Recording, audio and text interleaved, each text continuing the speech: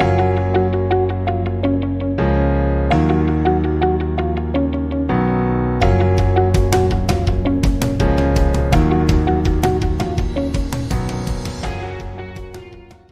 Friend, welcome to my channel NEET nation. Hope so आप लोग अच्छे होंगे। So in this video we will discuss about some important terms of the genetics. हम लोग genetics के कुछ इम्पॉर्टेंट टर्म्स के बारे में जानेंगे। ये जो टर्म्स हैं दिस आर कम्स फ्रिक्वेंटली, ये रेगुलरली अगर आप जेनेटिक्स पढ़ते हैं तो ये टर्म्स आपके पास रेगुलरली आएंगे, आपको फेसअप करना पड़ेगा इन टर्म्स से। So you have to be understand this terms. अगर आप लोग इसको समझे रहेंगे then it is easier to understand the genetics. तो इंटायर जेनेटिक्स समझने में काफी सहायता मिलेगी, काफी हेल्पफुल होगा ये। So you have to be understand this terms very patiencefully and you have to be understand it properly. ठीक है, so will discuss about certain important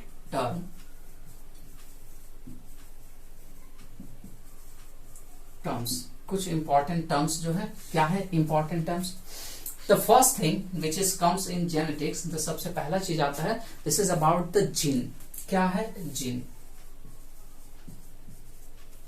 gene is it is a segment of the DNA which can transcribe and translate and form the functional protein। ये segment होता है DNA का जो कि transcribe कर सकता है, ट्रांसलेट कर सकता है और एक फंक्शनल प्रोटीन बनाता है। This is the gene. It is the unit of inheritance, जिसको हम स्ट्रक्चरल यूनिट भी बोलते हैं इनहेरिटेंस का, या स्ट्रक्चरल और फंक्शनल यूनिट ऑफ इनहेरिटेंस भी बोलते हैं। So what is this gene? Gene अगर हम बोलते हैं, it is the segment of DNA which can transcribe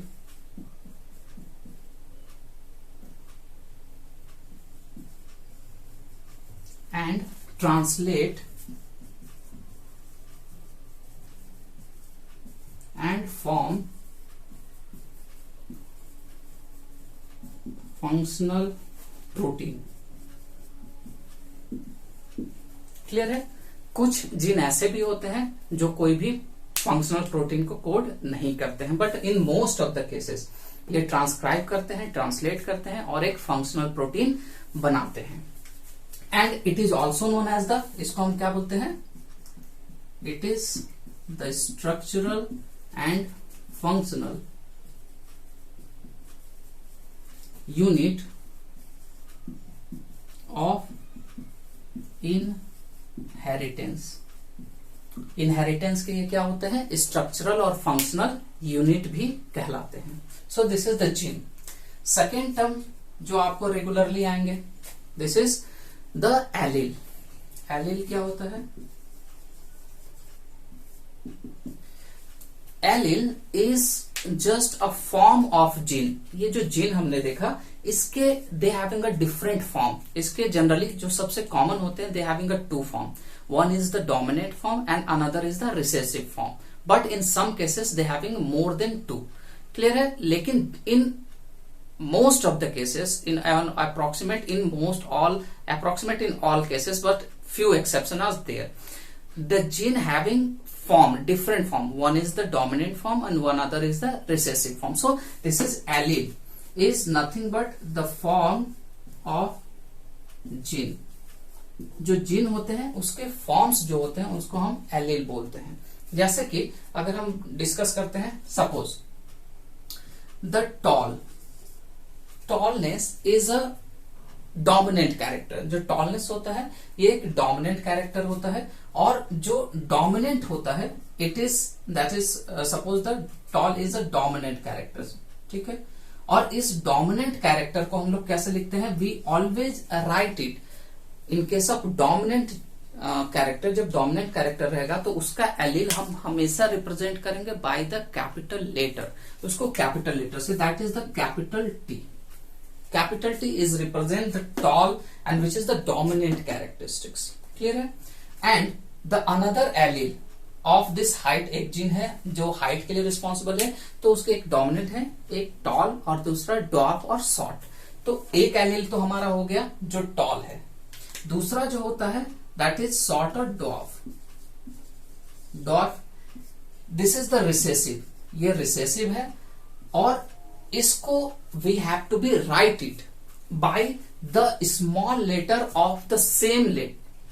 clear, small में हम सेम लेटर को लिखेंगे, that is we have to write it here the small one for the recessive. Recessive allele के लिए हम लोग उसमें सेम लेटर को स्मॉल में लिखेंगे। क्यों? That is we are using the small letter for that same type, क्योंकि we are not writing here the D R for the recessive, so it going to be ambiguity, बहुत सारे ambiguity आ जाएंगे। इसीलिए हम जिसको भी चूज करेंगे capital T for the dominant characteristics, the letter should be in capital, and for the recessive the letter should be in the smaller. Clear है? So the dominant will be the capital T small, and these are the two form of a gene. एक gene है जिसके दो form है, and this form is the allele. इसी form को हम लोग एलील कहते हैं। क्लियर है? नाउ ये जो एलील होते हैं, this allele either of the is going to be found in the two form, ये दो फॉर्म में पाए जाते हैं। या तो ये होमोजाइगस कंडीशन में होंगे या फिर हेट्रोजाइगस कंडीशन में होंगे। तो क्या होते हैं ये होमोजाइगस और heterozygous? So third one is the homozygous, means if a gene having both same kind of allele, अगर एक जीन के दोनों एलील एक ही तरह के होंगे, either it may be the dominant one or it may be the recessive one, चाहे वो दोनों के दोनों डोमिनेंट हो या दोनों के दोनों रिसेसिव हो, तो जब इन दो एक जीन के जो एलील होते हैं वो एक ही तरह के होते हैं, such situation, such condition is known as homozygous. Means this homozygous can be of the two type, ये दो तरह के हो सकते हैं। कैसा? पहला will say mention here that is homozygous dominance, homozygous dominant. Clear है? और दूसरा जो होता है that is the homozygous recessive. Homozygous recessive क्या होता है? homozygous dominant means both allele having the same kind, but both allele, the gene having the same kind of allele, जो जीन है उनके एलील जो होंगे एक ही तरह के होंगे, लेकिन this allele are of the dominant in form of dominant, that is the suppose height के लिए जो डोमिनेंट वो क्या है? Capital T. So the both allele, that is this one is also for the dominant, second allele is also for the dominant, so such condition is known homozygous dominant. Next जो होता है homozygous recessive, means both allele of a gene is in the recessive form, दोनों जो allele होंगे gene के वो दोनों के दोनों रिसेसिव फॉर्म में होंगे, that is this is also for the recessive form and this is also for the recessive form.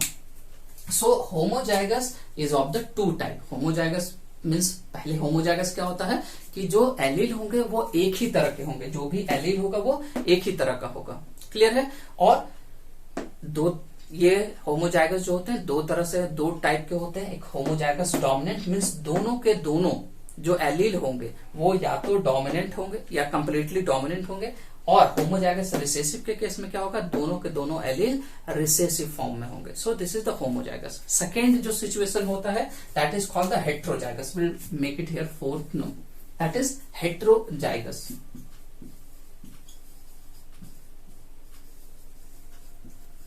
Heterozygous condition क्या होता है? That is in case of heterozygous the allele of a gene is present in heterozygous condition, that is they contain or they having both dominant one or as well as a recessive allele, that is we'll say capital T is for the dominant and the small t is for the recessive condition. So this gene having dominant one also and one recessive allele also, so such condition is always known as the heterozygous.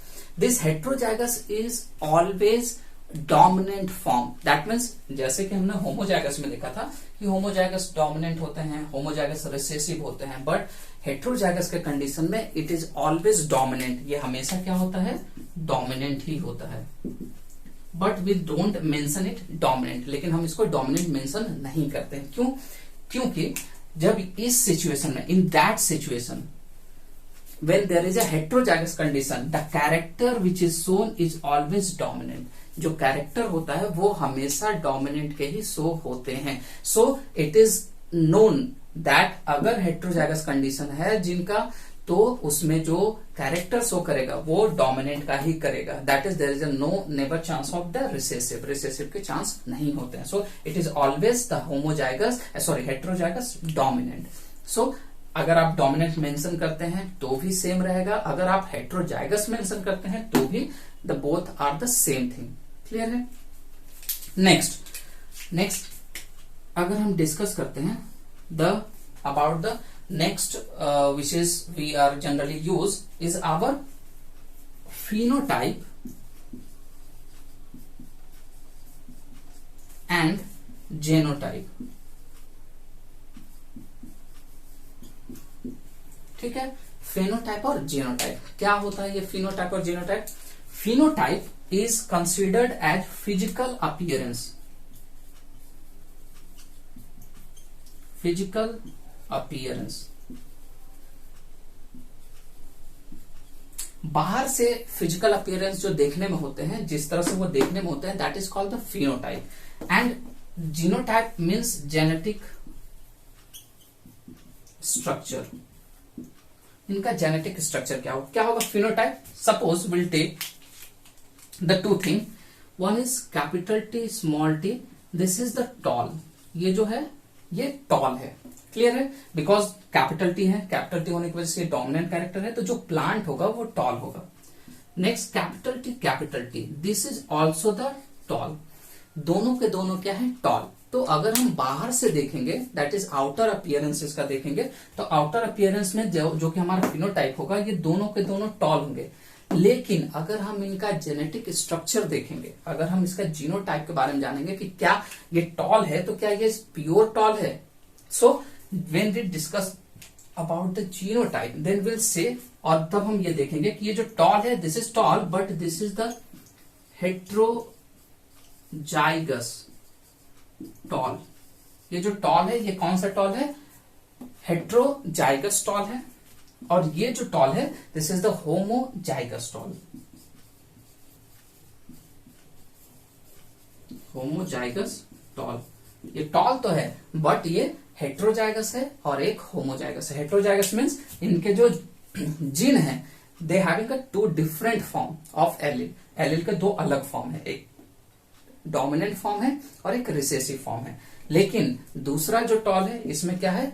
They having a allele, two allele but two both are of the same type. दोनों dominant है. Clear है? तो phenotype देखने में हमको बाहर से क्या मिला कि ये भी टॉल है, ये भी टॉल है. लेकिन हम जब जेनेटिक स्ट्रक्चर देखेंगे, उसका जेनेटिक कंस्टिट्यूएंट देखेंगे, तो वो क्या होगा? That is the heterozygous and homozygous tall. Clear है? So this is about the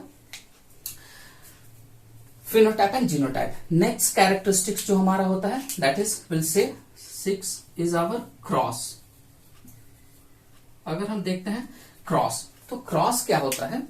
cross means nothing but it is a union of the gamete और फर्टिलाइजेशन और पॉलिनेशन, आप जो भी बोल सकते हैं. इसको पॉलिनेशन भी बोल सकते हैं, यूनियन ऑफ टू गैमेट भी होता है, या फर्टिलाइजेशन भी होता है. Means both male and female gamete is going to be fertilised, both are going to be fused, both are going to be pollinate. तो such situation is called the cross. उसको हम लोग क्रॉस बोलते हैं. That is, अगर हम cross बोलते हैं तो क्या होगा कि मेल गैमेट और फीमेल गैमेट के फर्टिलाइजेशन को और यूनियन को will say about the cross.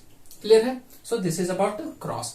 Now will discuss about more the terms in this. So we'll discuss up to the 6.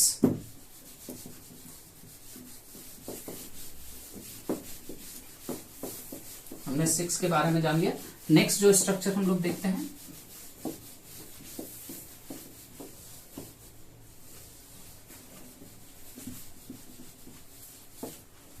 now after the cross we will discuss about the next 7 is our filial. Filial क्या होता है? Which is represent as F1, F2.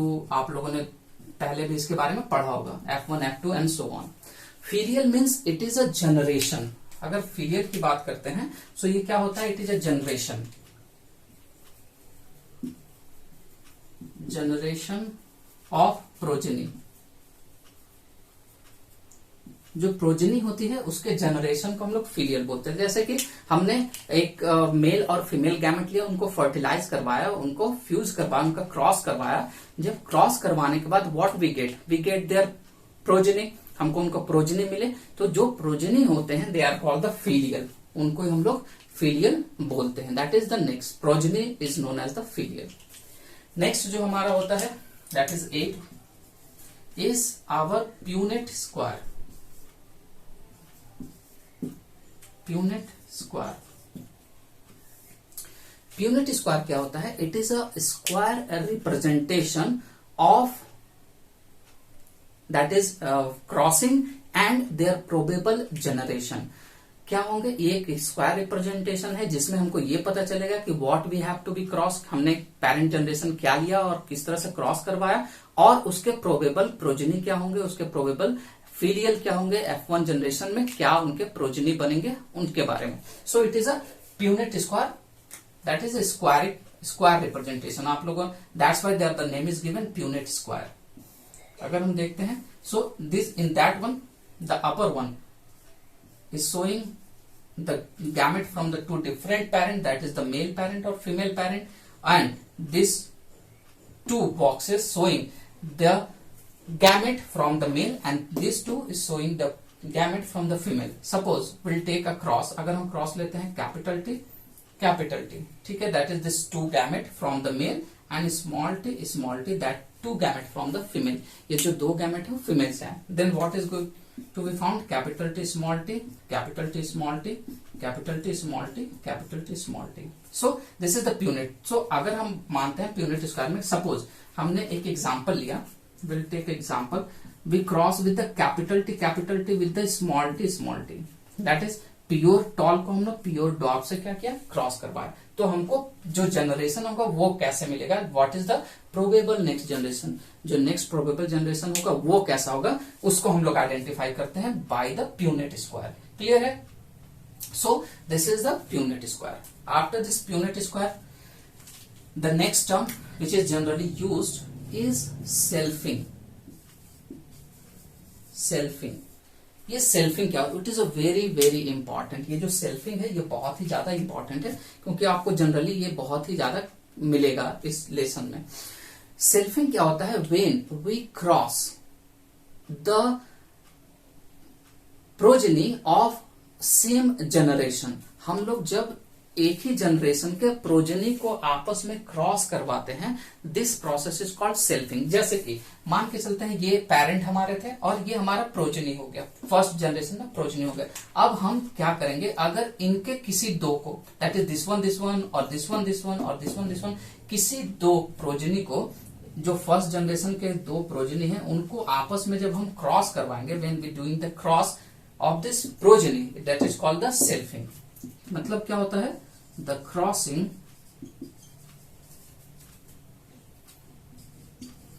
Between the progeny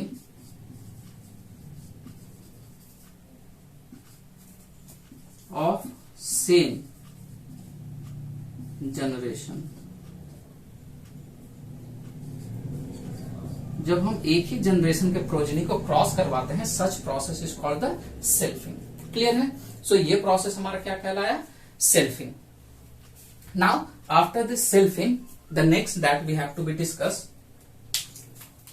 9th, then this is the 10th one. After the selfing the pure line. Pure line क्या होता है, now what is this pure line? Pure line क्या होता है, that is when there is a cross will takes place in the pure or homozygous character और allele. ठीक है, जब हम लोग होमोजाइगस एलिल के बीच में जब क्रॉस करवाते हैं and this crosses takes place more than 5 generation तक हम, और उससे ज्यादा 5 और 5 से ज्यादा जनरेशन तक हम लोग होमोजाइगस कंडीशन में जब क्रॉस करवाते हैं, that is called the pure line. जैसे कि will take capital T, this is the pure one, ये प्योर है. It is going to be cross with the again pure tall, pure tall से cross करवाए.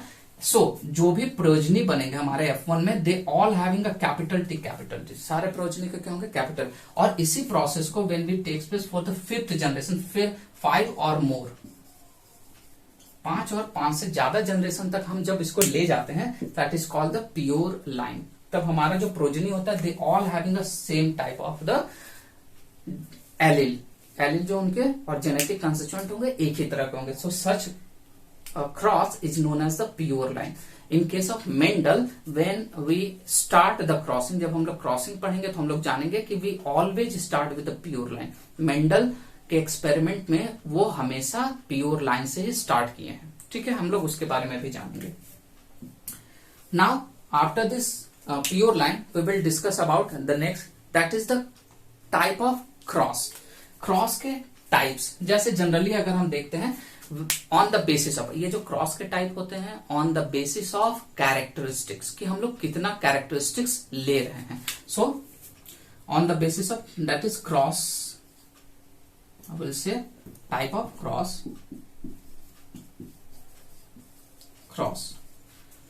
on basis of character के basis पे crosses के कितने टाइप होते हैं, that is they are the different type, that is monohybrid cross. Monohybrid cross क्या होता है, when we take one contrasting character, जब हम एक कॉन्ट्रास्टिंग कैरेक्टर को लेकर करते हैं, दैट इज वन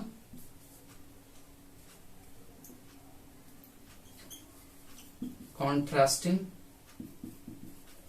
कैरेक्टर. जब हम एक कॉन्ट्रास्टिंग कैरेक्टर को लेकर क्रॉस करते हैं, that is the monohybrid cross. जैसे कि suppose will take the height हमने लिया, तो अगर हम सिर्फ एक कैरेक्टर लेके कर रहे हैं, अगर हाइट के रिस्पेक्ट में बोलेंगे तो capital T cross with the small T, both are of the height, दोनों हाइट के ही हैं. सो अगर हम एक कैरेक्टर को लेकर क्रॉस करवाते हैं, so such type of cross is known as the monohybrid cross. दूसरा जो होता है डाई हाइब्रिड क्रॉस.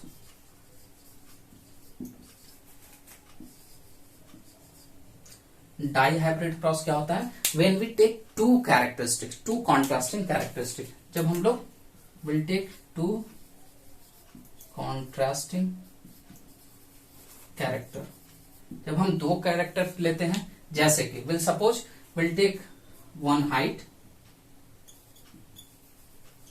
और हम लोग लेते हैं flower position, that is flower position. That is flower position की अगर हम बात करते हैं तो क्या होंगे, हाइट में हमने कैपिटल टी ले लिया और flower position that is axial. ठीक है, इसको हमने क्रॉस करवाया, that is small T that is the height हमारा जो हो गया डॉट और टर्मिनल से. So will take the two characteristics, क्या लिया हमने, हाइट और flower position. So they are called the dihybrid cross. Third जो होता है that is trihybrid cross. Same when we take three characteristics, जब हम लोग तीन कैरेक्टरिस्टिक्स लेते हैं, थ्री कॉन्ट्रास्टिंग कैरेक्टर, क्या क्या इस पर हम ले रहे हैं, height, then position of flower, और एक ले लेते हैं colour of the flower, colour of flower. We take the three, हमने तीन लिया, हाइट, पोजीशन और कलर, तो that is called the trihybrid cross. तीन कैरेक्टर है, एक, दो और तीन. हाइट में हमने क्या लिया, capital T is getting a cross with the axial, and another one is the flower color, that is will take purple.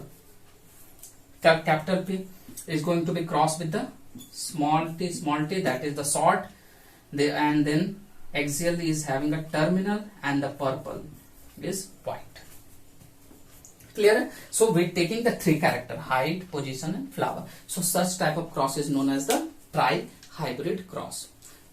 Clear है? So we'll discuss up to that, we'll discuss about the certain important terms which are going to be regularly used in the genetics में जो regularly use होते हैं. So you have to be understand about this all. आप इनको सबके बारे में you have to be understand and you have to be remember, keep it mind. इसको याद भी रखना होगा क्योंकि ये जनरली आपके रेगुलरली जेनेटिक्स में ये फ्रिक्वेंटली यूज होते हैं. So up to that we'll discuss about the important terms of the genetics. Now in next we will discuss about the laws of Mendel. Mendel के लॉज के बारे में पढ़ेंगे. Thank you.